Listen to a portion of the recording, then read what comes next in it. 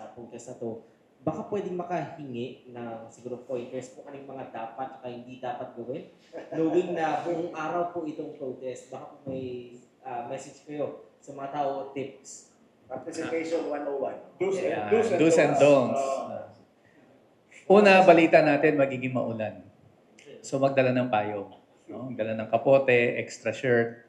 Baka maganda nga, nakatsinelas yung pupunta eh. No? So yeah, paghandaan natin yung weather. Pangalawa, alamin din natin yung mga issue. Hindi naman tayo pupuntang pwede doon tapos pag tinanong ng katabi, ba't ka nandito? Ay, hindi ko alam, nasama lang ako. So, magandang alam naman natin ano yung sinasamahan natin.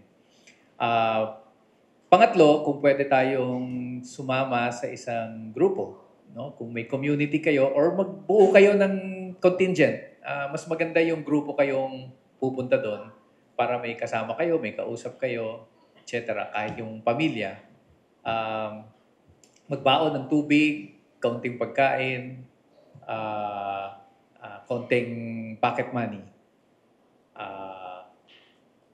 And then, mahirap ang parking. Mas maganda mag-commute. O kaya maglakad na lang. Kung kakayanin namang lakarin, hindi lakarin. And then makinig. Makinig tayo sa mga nagsasalita. At makinig tayo sa o tingnan natin yung may mga exhibits yan all around. Mag-participate tayo.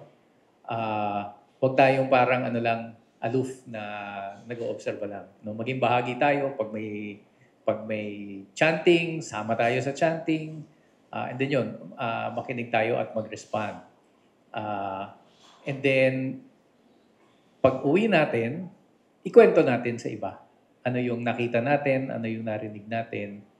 At sumama tayo sa mga organisasyon, sa mga networks, sa mga groups na nakakasalamuhan natin doon. Nakikita natin na ganun din yung ating pinaglalaban kasi mas magandang sama-sama ang pagsusulong ng pagbabago kaysa sa kanya-kanya. Siguro yun. At lastly, huwag tayong papipigil. No? Huwag tayong matakot. There will be those na sasabihan tayo, huwag kang pumunta dyan, magulo dyan, o mismo on the way there, may haharang sa atin, sasabihin ay hindi ho pwede. Ito po ay karapatan natin. Pagigiit ito ng karapatan natin at yung paghahangad natin ng makabuluhang pagbabago para sa ating bansa. Huwag tayong matatakot. Ito ay mabuting gawa. At ang slogan nga nung generation ni Ronald makibaka, huwag matakot.